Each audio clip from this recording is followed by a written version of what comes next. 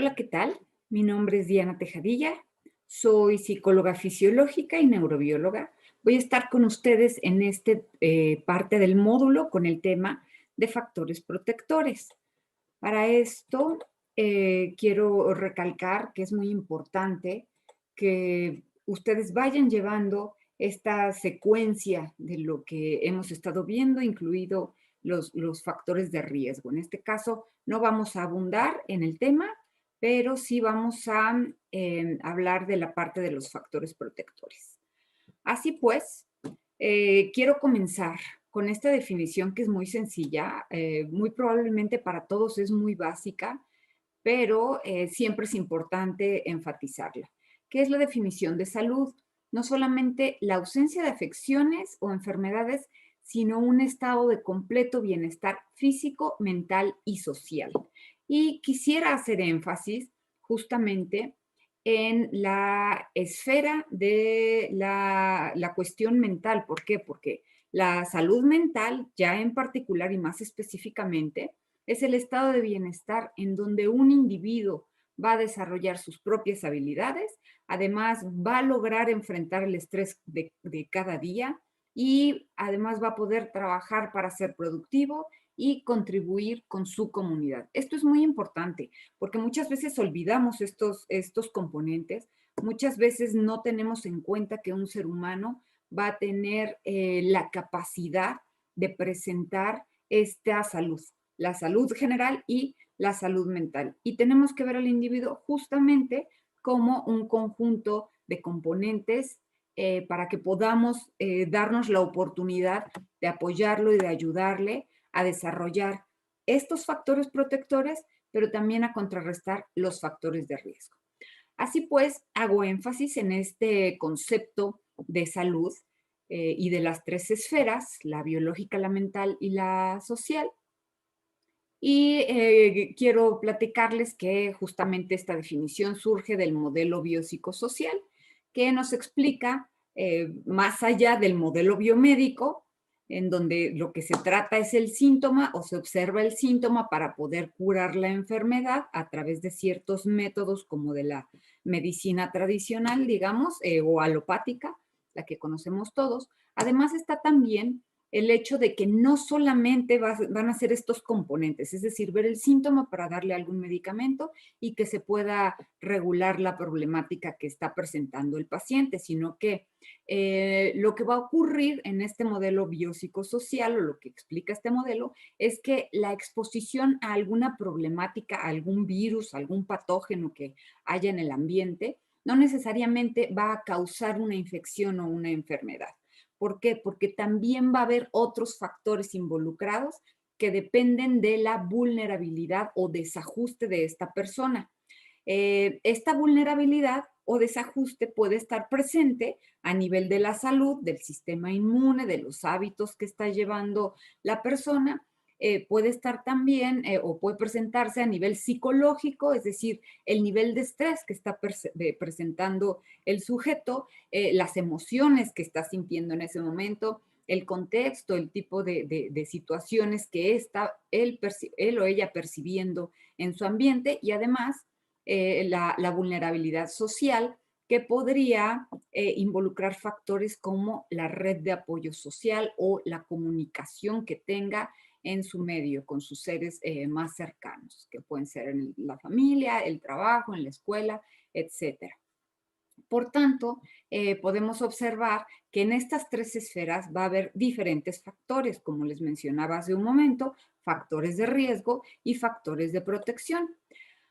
Algunos ejemplos de estos componentes dentro del modelo biopsicosocial están estos puntos que yo les presento aquí, que son factores protectores, que pueden ser factores protectores como el tipo de alimentación, la hidratación, si es adecuada o no, si el sujeto se está oxigenando adecuadamente a través de la respiración, a través del ejercicio, si descansa lo suficiente, si está logrando regular sus emociones.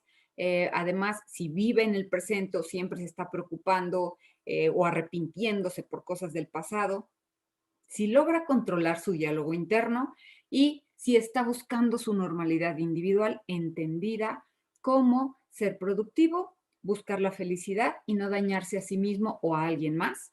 Si está también logrando afrontar las crisis y entendiendo que las crisis son parte regular de la vida y que son temporales, que van a pasar.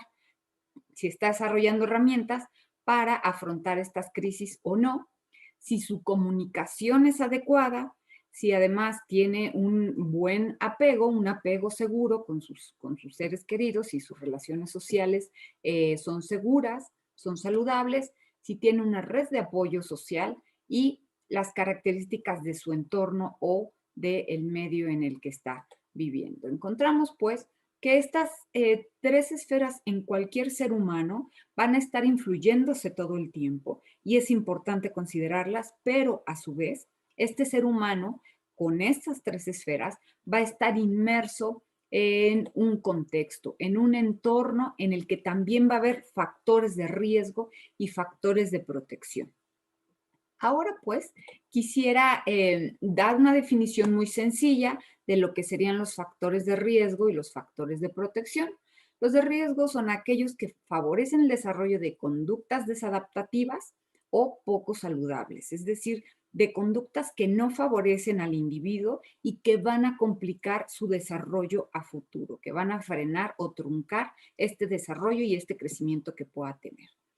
Em, em, en cambio, los factores protectores son aquellos que aumentan la probabilidad de que una persona pueda desarrollar las conductas que favorecen su desarrollo saludable. ¿En qué? En las tres esferas biopsicosocial y también en su entorno. Entonces, por ejemplo, ¿sí? Nosotros tenemos como seres humanos, en este modelo biopsicosocial, una constante que va a ser el estrés. Y este estrés activa dentro de nosotros una herencia evolutiva. Quisiera que pensaran un poquito, ¿qué es lo que ustedes hacen cuando son sorprendidos, cuando los asustan? ¿Sí? Muy probablemente ustedes van a tener una combinación de estas tres conductas, que son huir, paralizarnos o pelear. Esto lo compartimos con otros seres vivos. Es decir, por ejemplo, en el caso de las cebras, desarrollaron muy bien esta herencia evolutiva cuando se estresan, esta herencia evolutiva de correr, de activarse, de huir. ¿Para qué? Para escapar de sus depredadores. Por eso tienen unas piernas o unos músculos tan potentes, tan poderosos que les permiten correr cuando vienen el león o algún felino a atacarla, ¿sí? Además, otra de las conductas que podemos presentar cuando nos asustamos o cuando nos estresamos es paralizarnos. Aquí está el caso, ustedes pueden ver en la figura de en medio una hoja, parece una hoja, pero dentro de esa hoja hay una oruga. La oruga no es muy fuerte ni es muy rápida, entonces lo que tiene es esta capacidad de camuflajearse y paralizarse. ¿Para qué? Para no ser vista y por lo tanto no ser comida, ¿no? Sobrevivir. El otro caso, el tercer caso, es el caso de los felinos, ¿no? Que sí tienen garras muy, muy potentes y muy filosas y dientes que también pueden triturar. ¿Para qué? Pues para prepararse para pelear. Así pues, nosotros, cuando nos estresamos, vamos a desplegar una de estas tres conductas o una combinación de ellas, ¿sí? Y podemos ver que estresarnos está bien. ¿Por qué? Porque esto nos permite transmitir los genes o tener el alimento, cuidar el territorio, sobrevivir en general, ¿sí? Escapar, etcétera. Por lo tanto, cuando nos estresamos para sobrevivir, ese tipo de estrés se llama estrés episódico y es bueno, es saludable. Pero cuando dejamos prendido ese interruptor del estrés, esto va a dar lugar a un estrés crónico, que es justamente lo que queremos evitar a través del conocimiento de los factores protectores. Entonces, un ejemplo ya más humano implicaría el caso de una persona que se estresa porque hay una abeja o porque hay un conjunto de abejas muy cercano, ¿no? Este es un estímulo estresor que se va a generar en el presente, entonces el ser humano, la persona, se activa, ¿para qué? Para tener una respuesta adaptativa ante algo concreto, ante ese estímulo estresor que le puede hacer daño. Y cuando este estímulo estresor se aleja, pues entonces se va a terminar este estrés. Eh, por el contrario, en el caso de la ansiedad, por ejemplo, se va a generar una situación que se viene manteniendo en el tiempo, es decir, puede ser algo mental que la persona sigue con esta sensación de que de pronto estaba la abeja y se asustó muchísimo, ¿no? Es también una respuesta adaptativa que puede ser a algo concreto o a algo general, es decir, ya no solamente la abeja en sí, sino la imagen de la abeja o una figura de la abeja o algo similar a la abeja es lo que le está activando este estado desagradable, ¿sí? Y no encuentra un final, no hay un final establecido. ¿Por qué? Porque mentalmente sigue activando todo el mecanismo del estrés, digamos que diferentes estructuras en el cuerpo que se activan para generar hormonas del estrés que nos hacen estar más alerta para sobrevivir, pero no logramos apagar ese interruptor, por lo tanto, esto va escalando. Esto puede llevar a una mayor problemática. Es decir, estamos inicialmente en alerta, después nos estresamos, nos ponemos ansiosos, nos angustiamos y esto puede dar lugar, si no lo atendemos y si no lo detectamos, a un trastorno. Por eso tenemos que ser sensibles acerca de cómo es que las personas están presentándose, leer un poquito acerca de lo que nos están diciendo entre líneas, lo que nos quieren decir, lo que a lo mejor no pueden comunicar, lo que hablan con su apariencia, con su lenguaje no verbal y estar muy alerta siempre a estas señales acerca de que en qué estado está una persona. ¿Por qué? Porque esto puede dar lugar, como les decía, a trastornos, como es el caso de la conducta suicida, y terminar finalmente en una situación de suicidio, ¿no? Que como ustedes ya lo han visto, es una muerte causada por el acto deliberado de quitarse la vida, por la intención de acabar con la vida propia.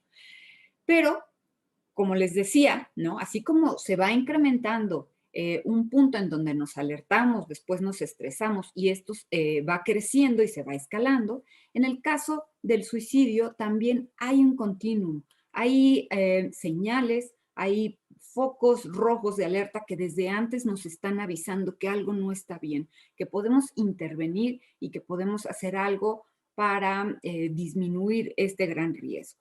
Tal es el caso del comportamiento suicida, que puede empezar con, por ejemplo, las autolesiones que no están propiamente dentro del comportamiento, pero sí es un foco de alerta, ¿sí?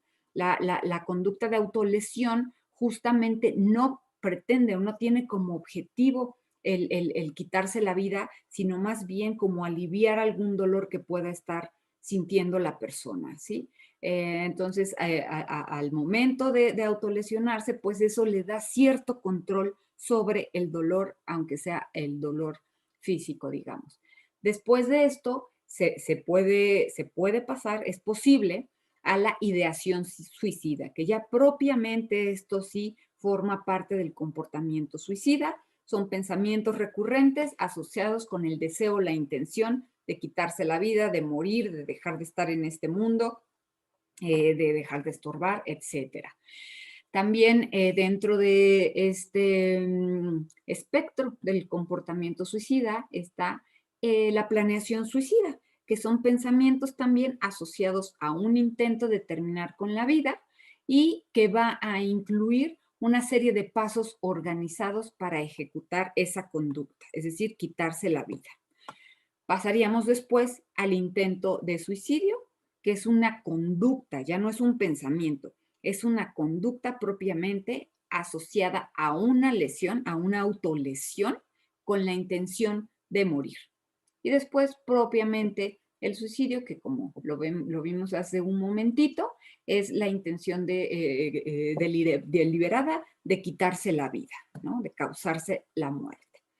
Y bueno, como vemos, esto va creciendo y esto se va incrementando. Y como ustedes ya saben, hay una serie de ideas que existen en torno al suicidio. Ustedes ya han venido viendo todo esto en los factores de riesgo y en general yo quisiera nada más mencionar de manera muy rápida la situación de esta problemática como problema de salud pública tiene que estar dentro del marco de la salud pública, que tiene estos 4 componentes.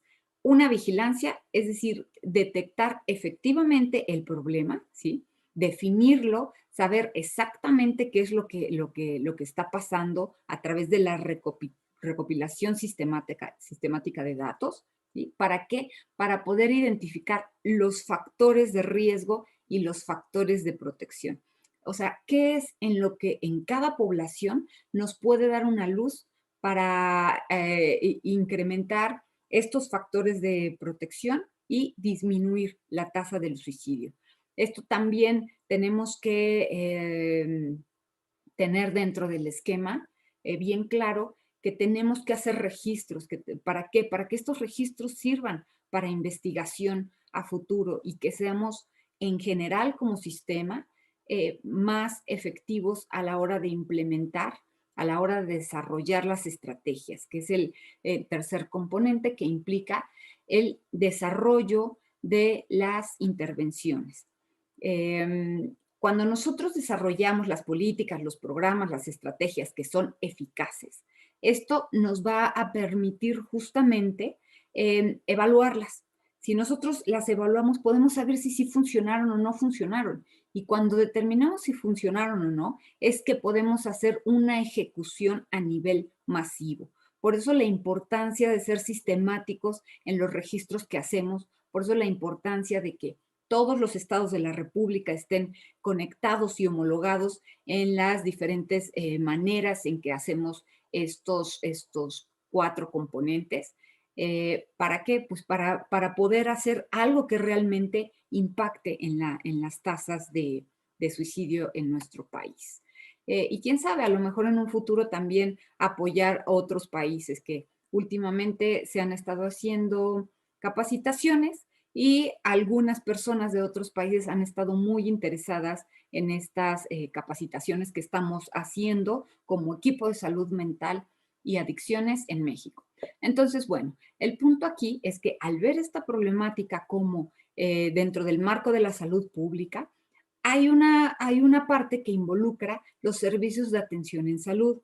Actualmente, la principal carga para la atención de las problemáticas de salud mental, como es el caso del suicidio, se están atendiendo en los hospitales psiquiátricos.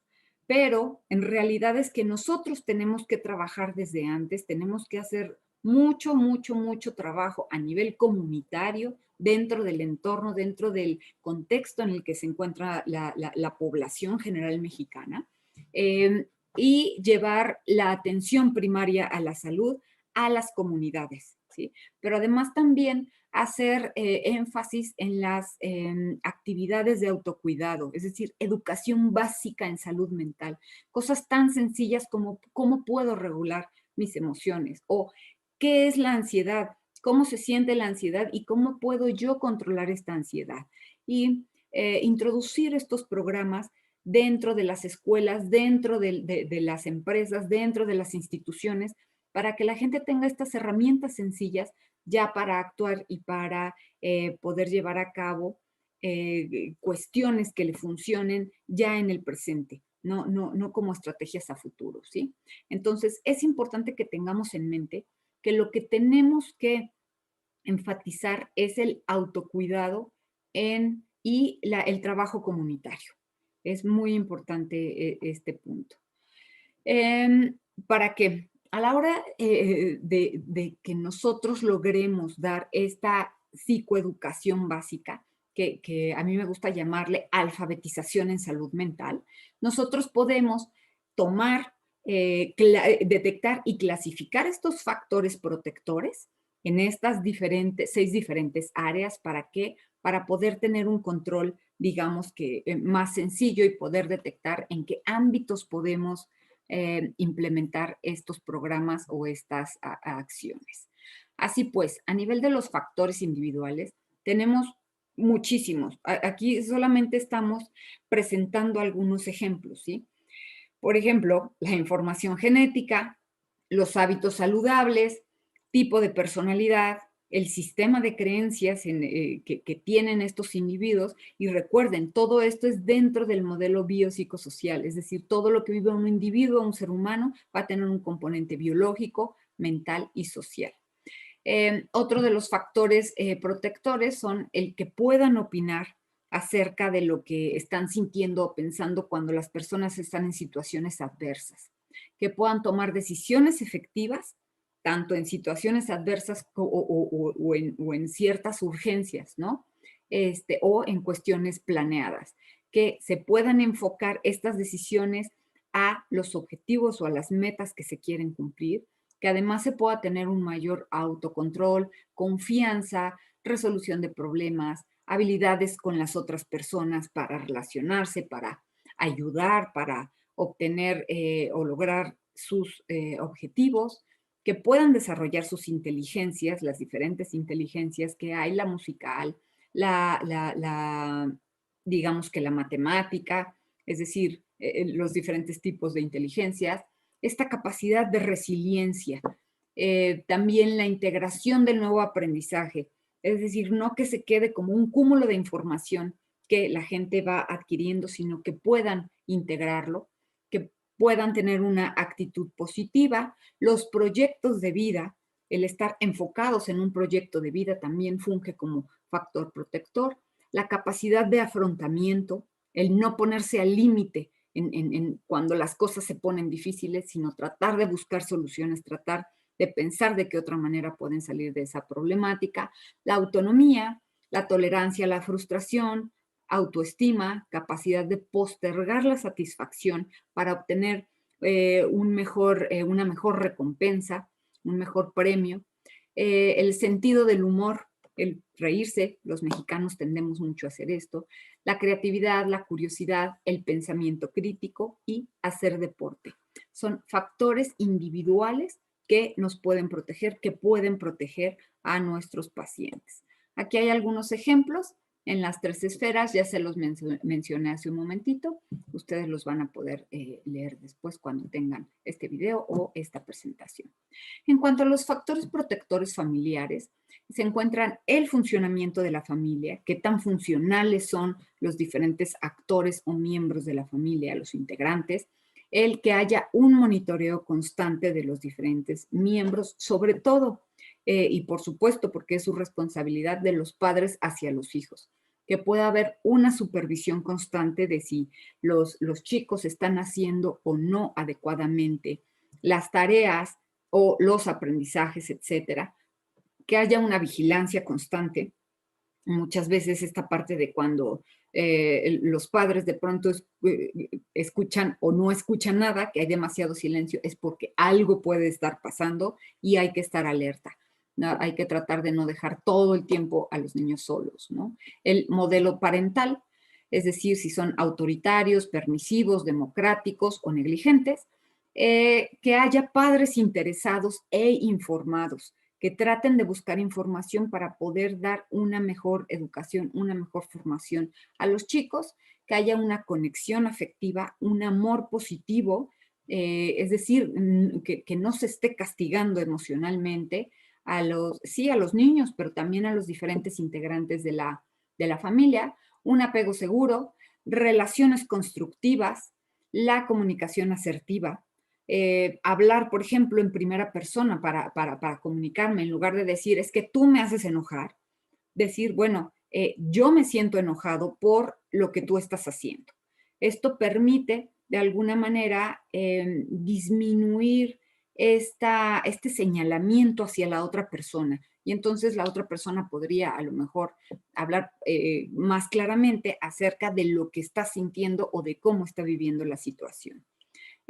Otros de los factores protectores a nivel de la familia es la resolución de conflictos, el poder sentarse y dialogar para determinar cómo es que se va a resolver ese conflicto.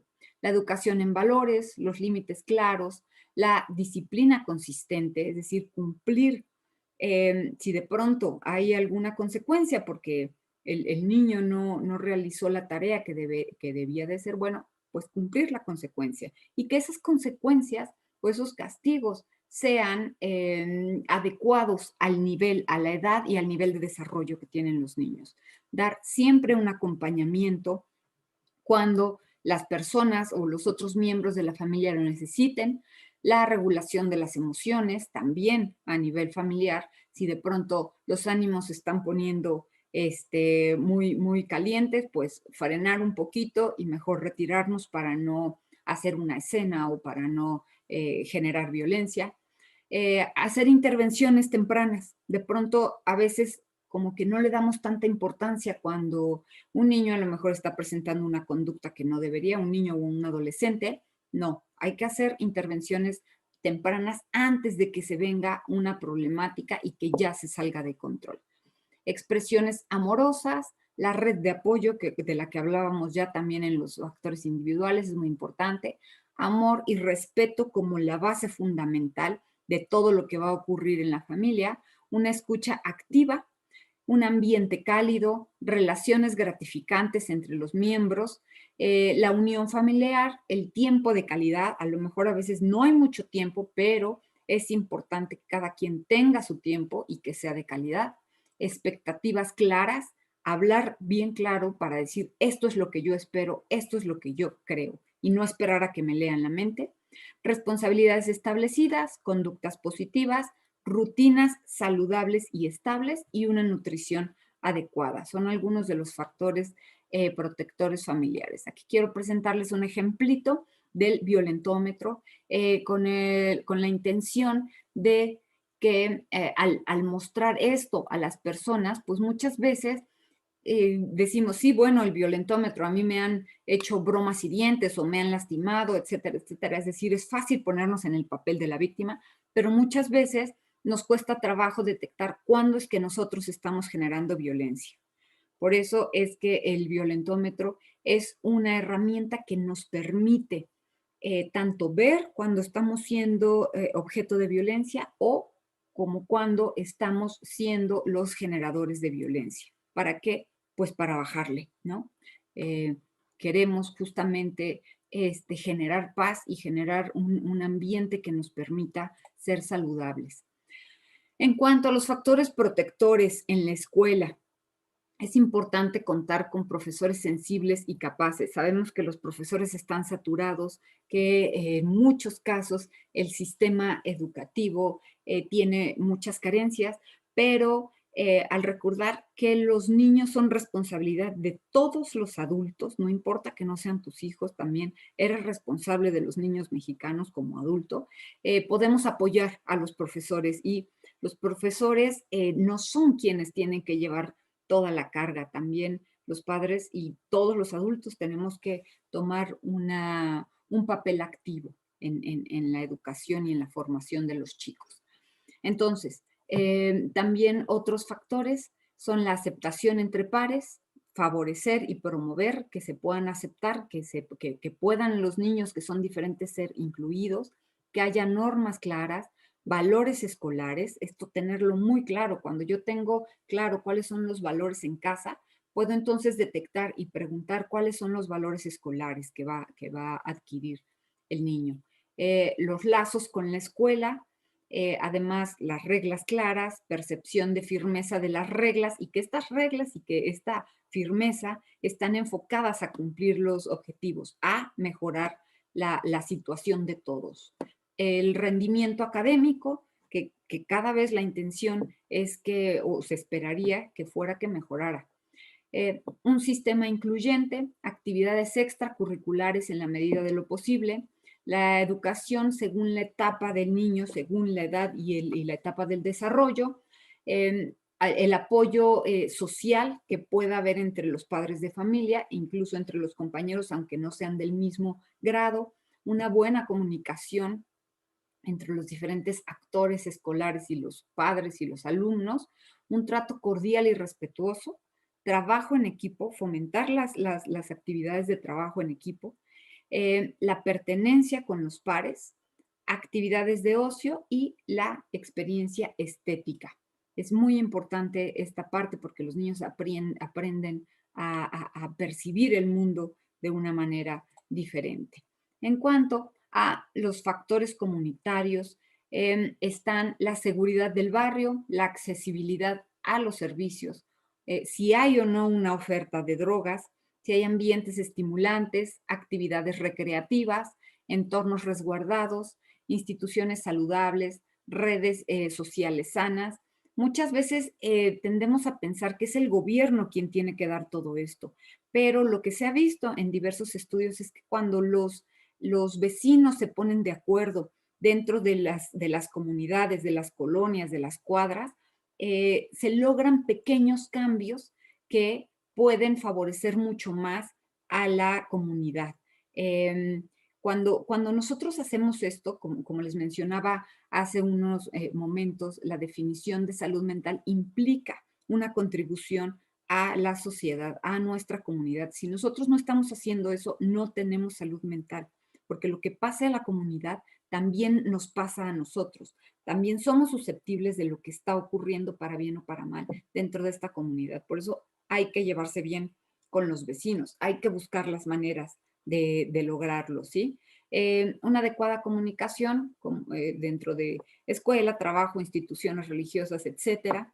Medios de comunicación objetivos y de pronto el boletín o muchas veces cuando pasan con el perifoneo, etcétera, no están siendo objetivos, bueno, pues nosotros tomar una actitud activa y de pronto ir a la alcaldía o comunicarnos con los medios para expresar cuáles son las necesidades o de pronto qué es lo que no está siendo objetivo. Y también felicitar, ¿por qué no? Para motivar. Proyectos comunitarios, ahora y ya se conoce que en algunos otros países hay algunos huertos comunitarios en donde la gente se va poniendo de acuerdo para ver qué es lo que se va a sembrar, qué es lo que sí se puede dar ahí según las condiciones climáticas y quién va a estar cuidando o cómo es que se van a hacer los roles para el cuidado.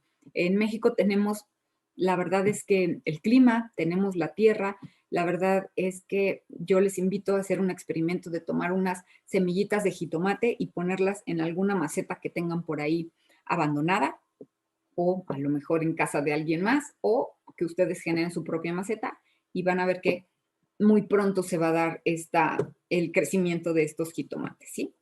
El poder tener también bien claros cuáles son los lineamientos de los condóminos y qué es lo que le toca a cada quien.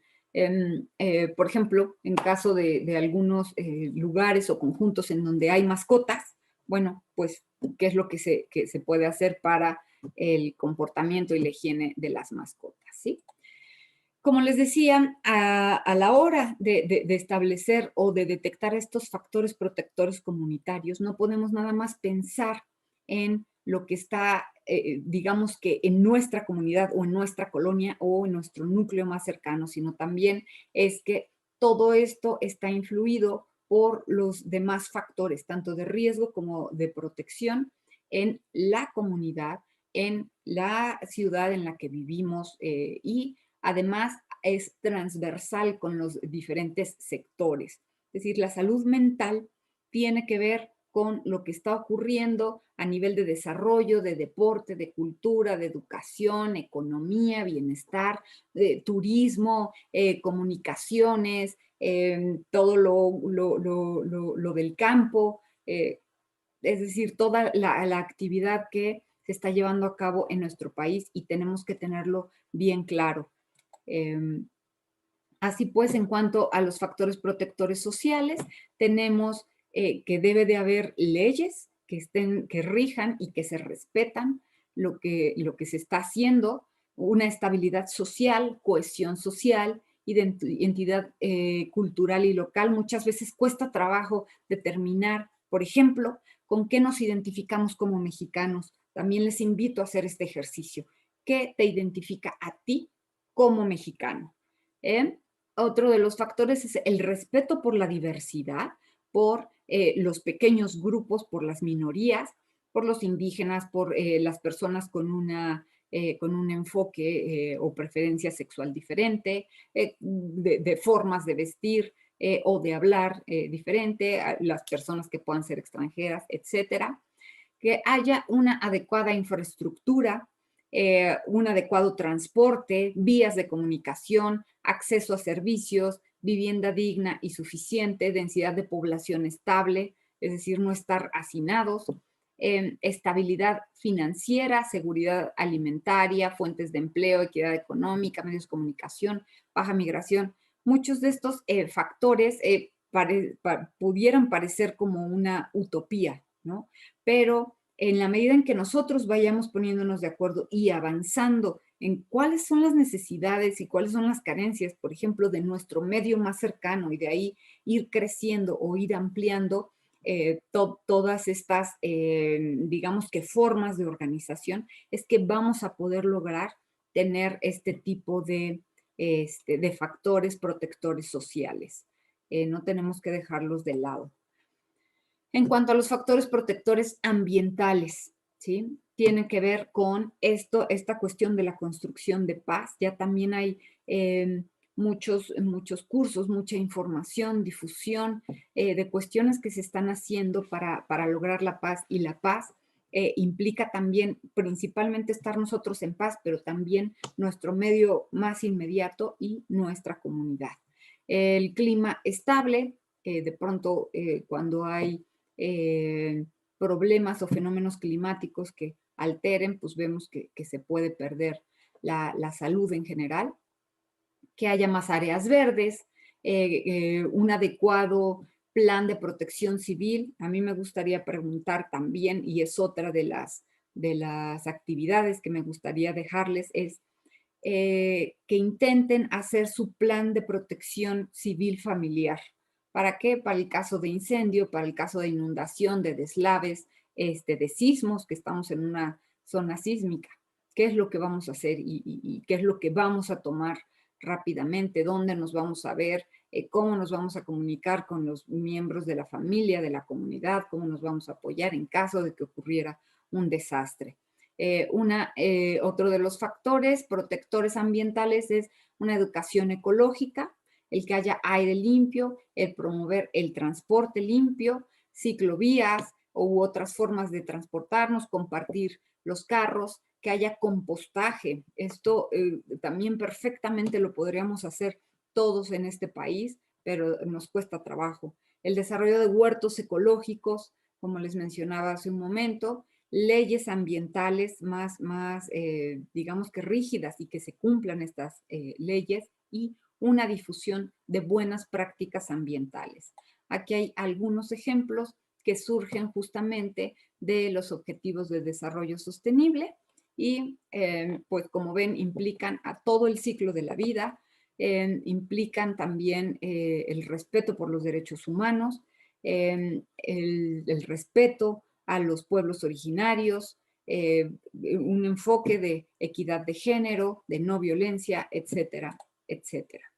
Ahora, las estrategias que nosotros tendríamos que estar implementando tienen que ser de estos tres tipos: universal, selectiva e indicada, ¿sí? La universal va a estar dirigida a toda la población, la selectiva a los grupos vulnerables y la indicada a los individuos vulnerables, ¿sí? En este sentido, lo que vamos a encontrar es que a la hora de estar desarrollando política pública para que se pueda lograr todo esto, es decir, que se implementen las estrategias y las acciones que vayan a contribuir para que disminuya esta problemática de salud pública como es el suicidio, implicaría que podamos tener las políticas públicas en salud mental más amplias y más inclusivas, que pueda haber acceso a los servicios de salud. Se está trabajando en eso a través de la propuesta y ya de la implementación de varios puntos de un modelo de salud mental comunitaria,